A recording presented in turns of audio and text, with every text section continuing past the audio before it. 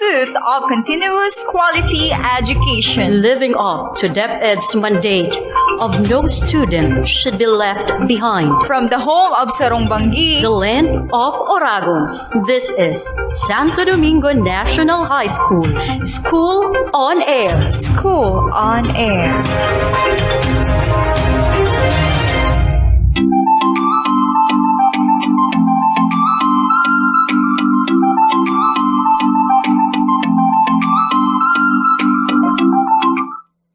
Hello there, our grade 9 learners. Welcome back to another School on Air in English 9.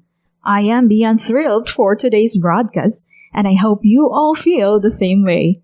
This is your teacher broadcaster, Ma'am Rhea, your guide for today's learning adventure.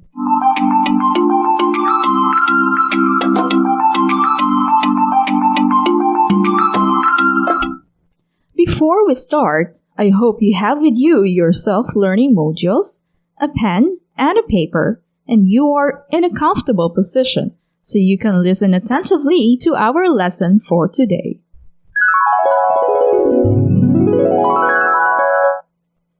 In our last broadcast, we discussed the effective ways to extract messages of the text through twist analysis. Do you still remember what T, W, I, S, T stands for? If you're thinking of tone, word choice, imagery, style, and theme, you're doing a good job. Give yourself a clap or a tap.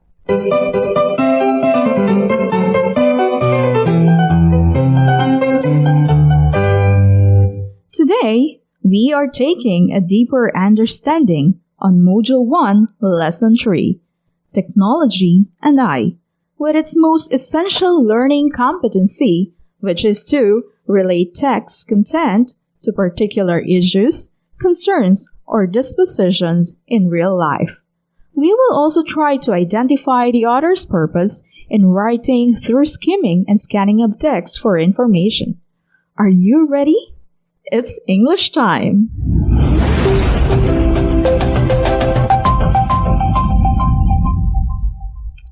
Just a decade ago, if people wanted to watch a show on television, they had to figure out when it would air and then tune in to the correct channel at the correct time. 50 years before that, even though black and white television was relatively common, the big entertainment came from the radio. Have you listened to a radio drama before? Radio dramas, plays that were heard rather than seen, were the 1940s version of the modern TV shows.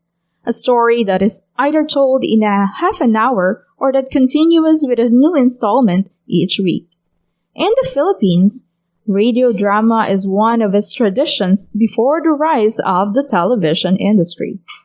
Some of the famous radio dramas aired were Bedtime Stories, Ana Luna, Ang Pangarap Kong Jackpot, and many more. One of the popular American radio shows, Suspense, regularly aired short, suspenseful radio plays. In 1943, Sorry, Wrong Number was aired as an episode of this radio program. It was one of the most celebrated plays in the history of American radio and was broadcasted 7 times between 1943 to 1948 and was later adapted to become a movie. Sorry, Wrong Number was written by Violet Lucille Fletcher, an American screenwriter of film, radio, and television. According to Fletcher's daughter, she got the idea for Sorry, Wrong Number when a well-dressed woman with an obnoxious manner refused to allow Fletcher to go ahead of her in the line at a local grocery, although she was buying food for her child who was sick. She described the drama as an act of revenge. Sorry, Wrong Number received the Edgar Allan Poe Award from the Mystery Writers of America.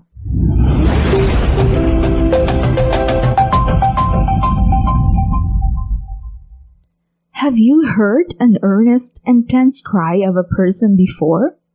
If yes, how do you respond? Was it easy to offer help, or do you hesitate?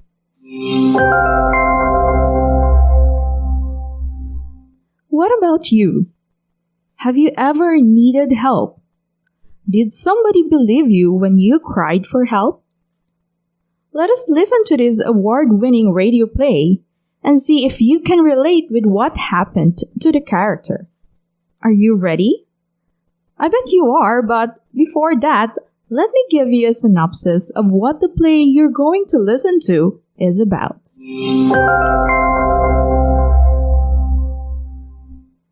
Mrs. Stevenson is sick and confined to her bed. Her only lifeline is the telephone. One night, while waiting for her husband to return home, she impatiently tries to locate him. She picks up the phone and accidentally overhears a conversation through a cross line between two men planning to murder a woman who lives near a bridge on 2nd Avenue at 11:15 at night that day. She begins a series of calls to the operator, to the police, and others desperate to prevent the crime. Do you wonder what happens next? Well, let us now listen to a play meant to be heard rather than seen. Lucille Fletcher's Sorry, Wrong Number.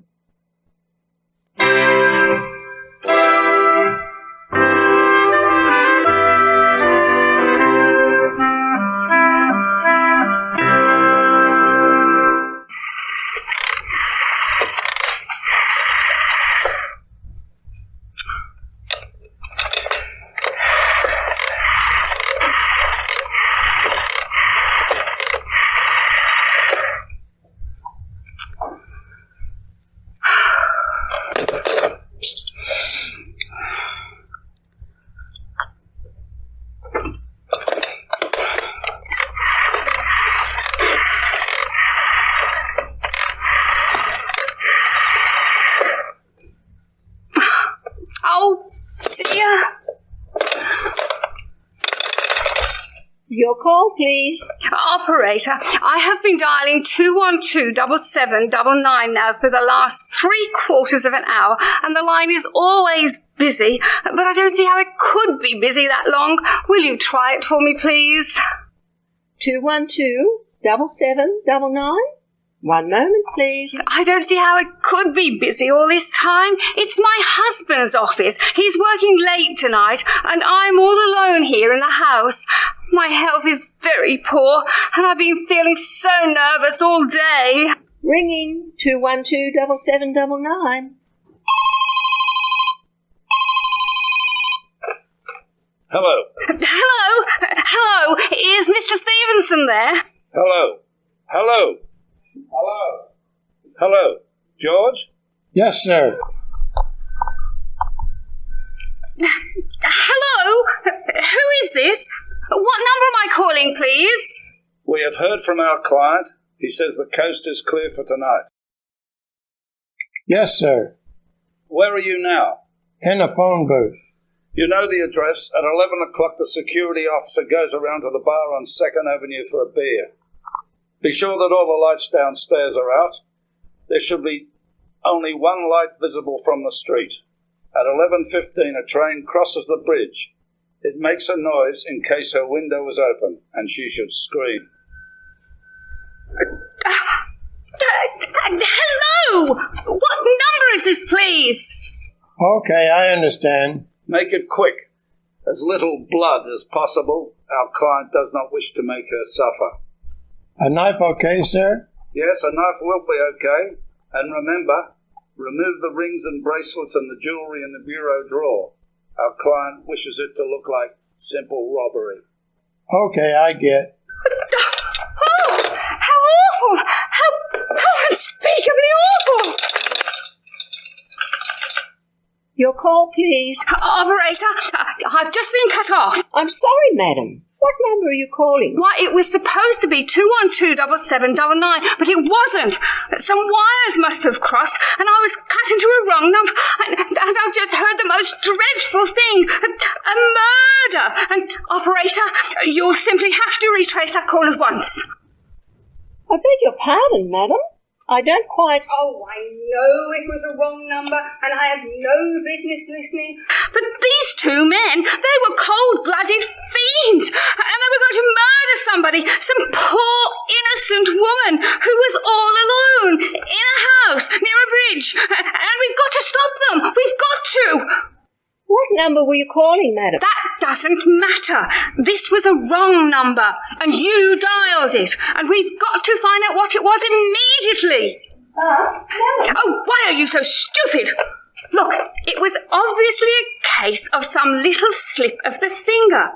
I told you to try 2127799 for me. You dialed it, but your finger must have slipped, and I was connected to some other phone, and I could hear them, but they couldn't hear me. Now, I simply fail to see why you couldn't make that same mistake again on purpose. Why you couldn't try to dial 2127799 in the same careless sort of way.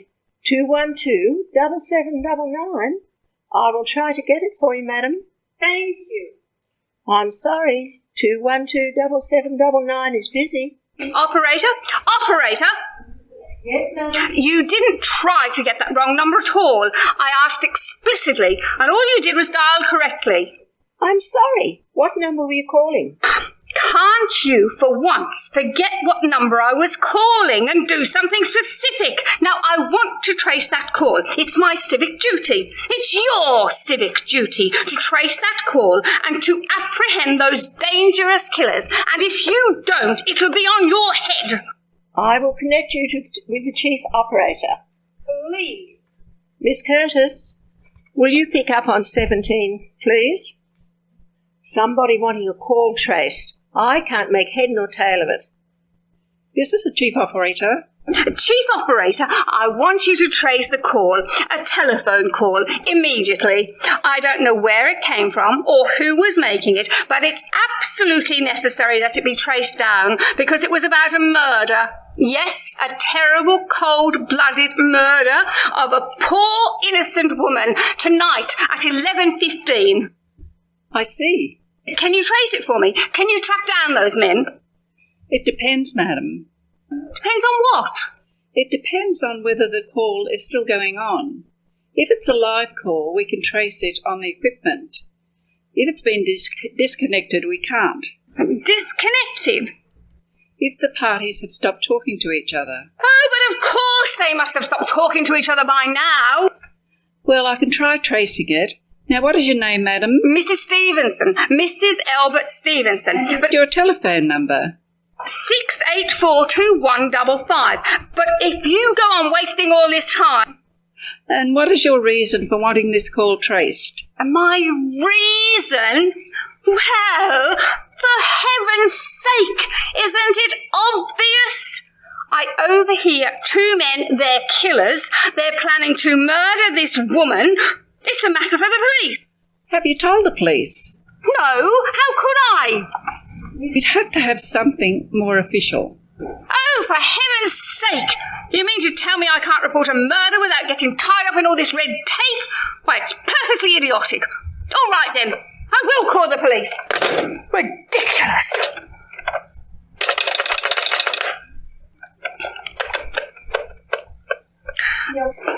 Your call, please?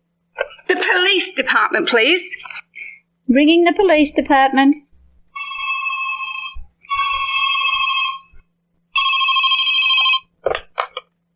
Police Department, Sergeant Duffy speaking. Police Department, this is Mrs. Stevenson, Mrs. Albert Stevenson of 38 Edgecliff Road, Bellevue Hill. I'm calling up to report a murder. I mean, the murder hasn't been committed yet. I just overheard plans for it over the telephone, over a wrong number that the operator gave me.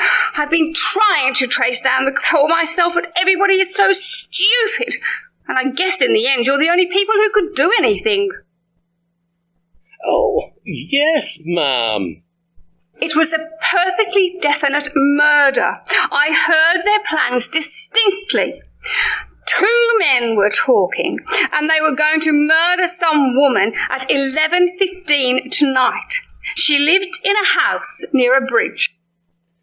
Yes, ma'am. And there was a security officer on the street.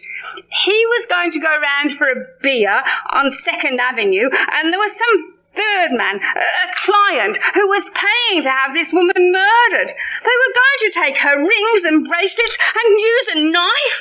Well, it's unnerved me dreadfully, and I'm not well. I see. When was all this, ma'am? Oh, about 8 minutes ago. Then you can do something. You do understand?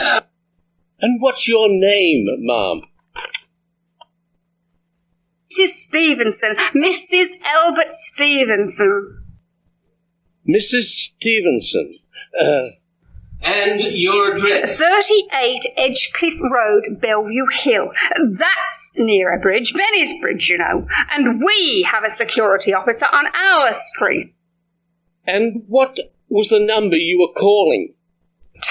212-7799, but that wasn't the number I overheard. 212-7799 is my husband's office. He's working late tonight, and I was trying to reach him to ask him to come home. I'm an invalid, you know, and it's the maid's night off, and I hate to be alone, even though he says I'm perfectly safe as long as I have the telephone right by my bed. We'll look into it, Mrs. Stevenson, to see if we can check with the telephone company. Oh, but the telephone company said they couldn't check the call if the parties had stopped talking. I've already taken care of that. Oh, yes. Personally, I think you ought to do something far more immediate and drastic than just check the call.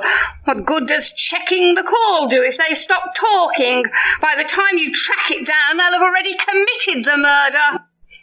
We'll take care of it, Mrs. Stevenson. Don't worry. I'd say the whole thing calls for a search, a complete and thorough search of the whole city. I'm very near a bridge, and I'm not far from 2nd Avenue, and I know I'd feel a whole lot better if you sent round a radio car to this neighbourhood at once. And what makes you think the murder's going to be committed in your neighbourhood, ma'am? Well, I don't know, but the coincidence is so horrible. 2nd Avenue, the security officer, the bridge. Oh, 2nd Avenue. Oh, it's a very long street, ma'am. And you know how many bridges there are in Sydney and beside the Harbour Bridge. How do you know they were even talking about Sydney at all?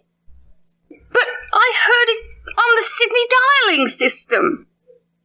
Oh, how do you know it wasn't a long-distance call? Telephones are funny things. Oh, I suppose so. But it's so inhuman, so cold-blooded. A lot of murders committed in this city every day, Mrs. Stevenson. If we could do something to stop them, we would. Surely there's some... Of course, you have some reason for thinking this call is phony, and this someone may be planning to murder you. Me? Oh, no! Oh, I hardly think so. I mean, why should anybody? I'm all alone, day and night. I see nobody except my maid and my husband, Albert. And he's crazy about me, adores me, waits on me hand and foot. He's scarcely left my side since I took sick 12 years ago. Well, then. There's nothing to worry about, is there? And now, if you'll just leave the rest of it to us. What will you do? It's so late. It's nearly 11 o'clock. You'll take care of it later. Will you broadcast it all over the city and send out squads and warn your radio cars to watch out, especially in suspicious neighbourhoods like mine? will you broadcast all over the Sydney? Yes. Lady, I'll take care of it. Just now, I've got a couple of other matters here on my desk that require my immediate attention. Oh, idiot! Oh, now why did I do that? He'll think I'm a fool. Oh, why doesn't Albert come home? Why doesn't he?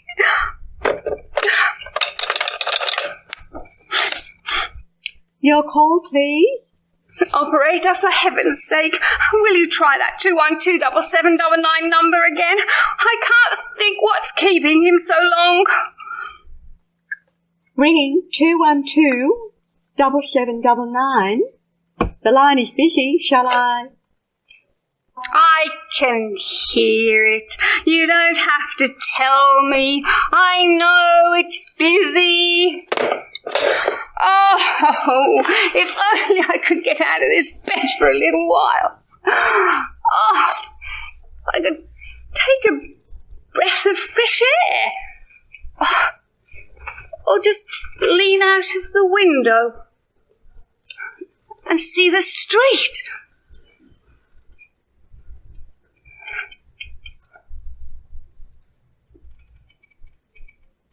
Ah!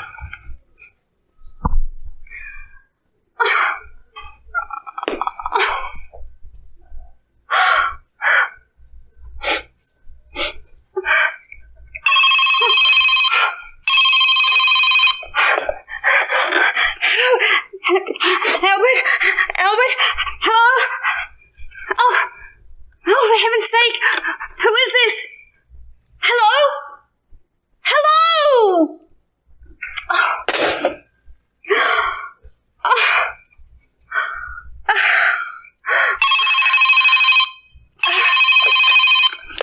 Hello? Who's there? Answer me!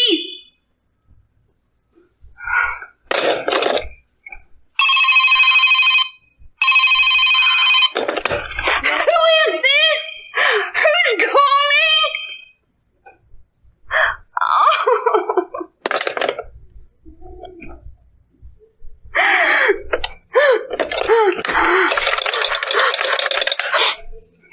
Your call, please. Hello, operator. I don't know what's the matter with this telephone tonight, but it's positively driving me crazy. I've never seen such a miserable service. Now look, I'm an invalid, and I'm very nervous, and I'm not supposed to be annoyed, but if this goes on much longer, I think I'll go out of my mind. What seems to be the trouble, madam? Well, everything's wrong. The whole world could be murdered for all you people care, and now my phone keeps ringing. Yes, madam? Ringing and ringing and ringing. Every 5 seconds or so. And when I pick it up, there's no one there. I am sorry, madam. If you will hang up, I will test it for you. I don't want you to test it for me. I want you to put through that call, whatever it is, at once. I'm afraid that is not possible, madam. Not possible. And why, may I ask? The system is automatic, madam. If someone is trying to reach you, there is no way to check the number, the call is coming through the system or not, unless the person who is trying to reach you complains to this particular operator. Oh, well, of all the stupid, complicated... And meanwhile, I've got to sit here in my bed, suffering every time the phone rings, imagining everything. I will try to check it for you, madam. Check it! Check it! That's all anybody could do! Oh, of all the stupid, idiotic... Oh, what's the use? Hello? Hello? Stop ringing! Do you hear me? Answer me! What do you want?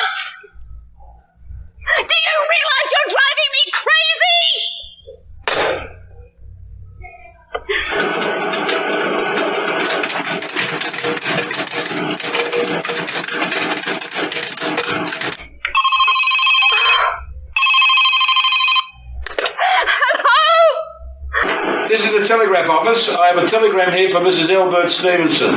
Is there anyone there to receive the message? Yes, I am Mrs. Stevenson. The telegram is as follows. Mrs. Albert Stevenson, Edgecliff Road, Beverly Hill. Terribly sorry. Stop. Tried to get you past hour, but line busy. Stop. Leaving for Melbourne, 11 p.m. tonight. Urgent business. Stop. Back tomorrow afternoon. Keep happy. Stop. Love, signed Albert. Stop. Oh, no! That's all, madam. Do you wish us to deliver a copy of the message? Do you have the address, madam? No. No, thank you. Thank you, madam. Good night. Good night. No. No. It isn't true. He couldn't do it. Not when he knows I'll be here all alone. It's some trick. Some fiendish trick.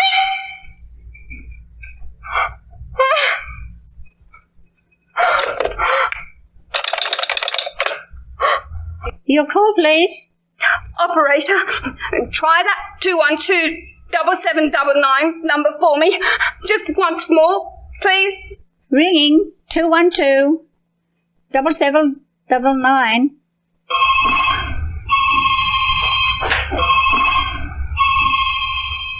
He's gone. Oh, Albert. How could you? How could you? I can't be alone tonight. I can't. If I'm alone for one more second. I don't care what he says or what the expense is. I'm a sick woman. I'm entitled to have help. This is information. I want the number of Henchley Hospital. No, it's a very small private hospital where I had my appendix out 2 years ago. Henchley. Henchley. One moment, please. Please hurry. And please, what's the time? I don't know, madam. You may find the time by dialing. For heaven's sake, couldn't you just tell me? The number of Henchley Hospital is 740105, madam. 740105. 740105.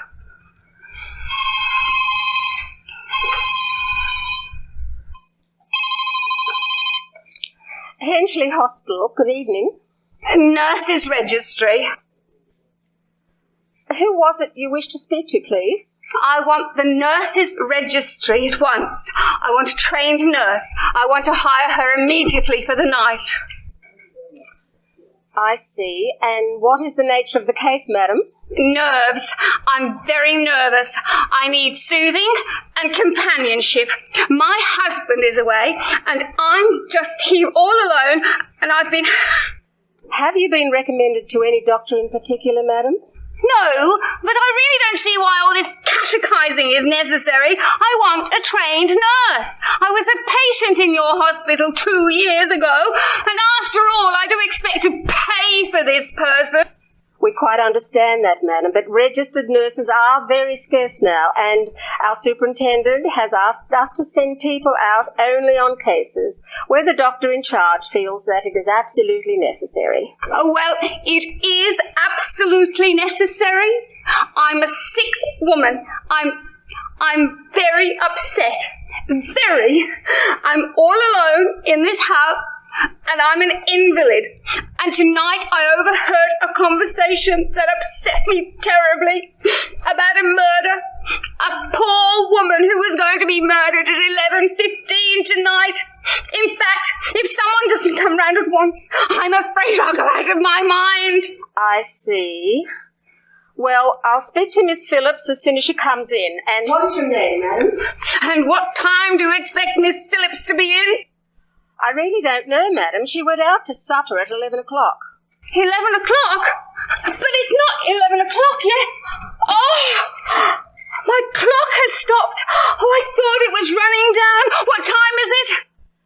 Well, it's just 14 minutes past 11. What's that? What was what, madam?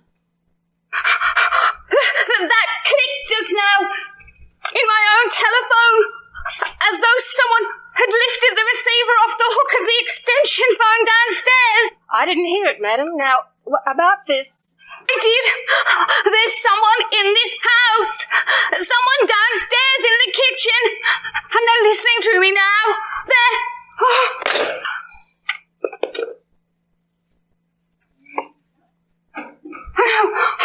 I won't pick it up. I won't let them hear me. I'll be quiet and nothing. But if I don't call someone now, while they're still down there, there'll be no time.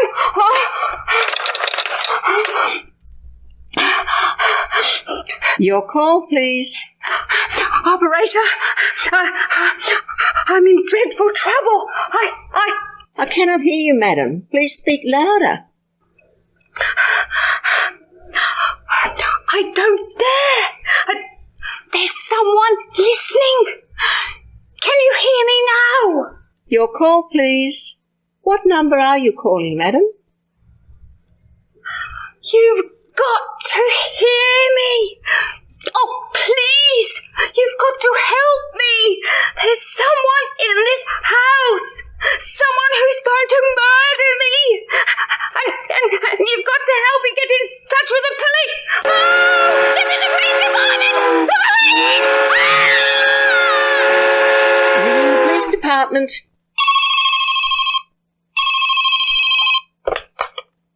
Police Department, Sergeant Duffy speaking. Sorry, wrong number.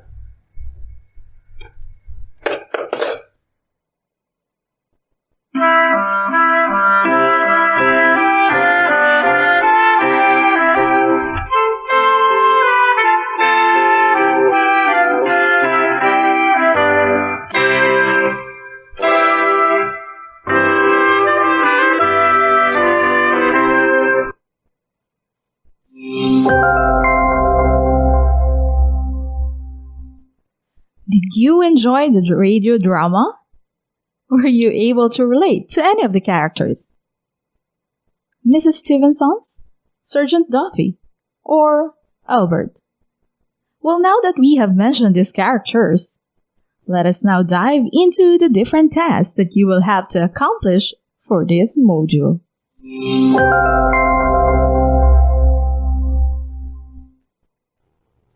In practice task 1, you will try to describe the characters of the play, Mrs. Stevenson's, Sergeant Duffy, and Albert. There are traits listed from the word pool on your module. The words are querulous, hopeless, gentleman, unconcerned, pretentious, invalid, hostile, secretive, self-centered, arrogant, selfish, and insensitive.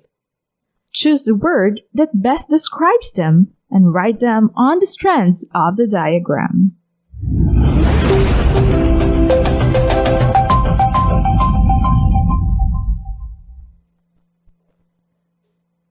Let's move on with practice task 2, tracking events. Well, can you still recall the events in the play that you have just listened to? For this task, arrange them according to their occurrence in the play by numbering the events 1 to 6. Easy, isn't it? Good luck!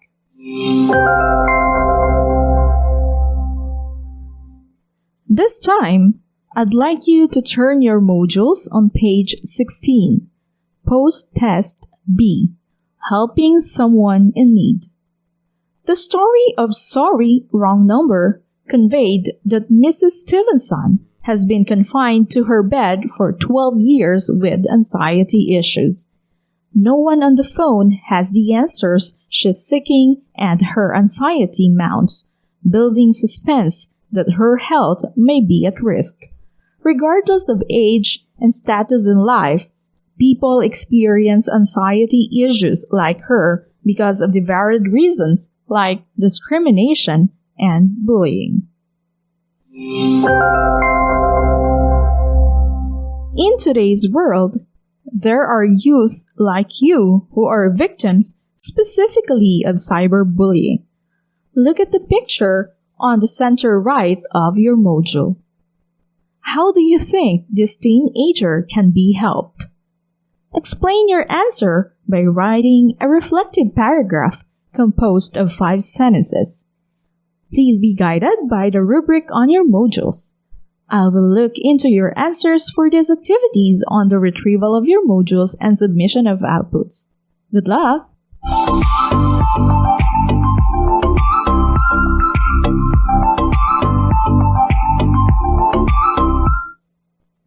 Well, another day of fun-filled learning has ended. I hope you enjoy our lesson for today. See you all on Wednesday for the retrieval and distribution of your modules and outputs. Also, do not forget to always check your class group chat for announcements and updates.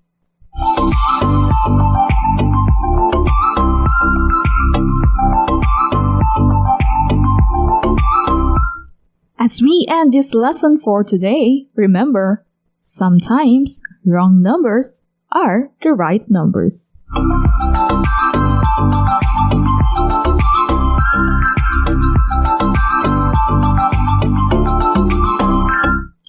This has been Miss Rhea, your radio teacher. See you again next time for another episode of our School on Air in English 9. Good day!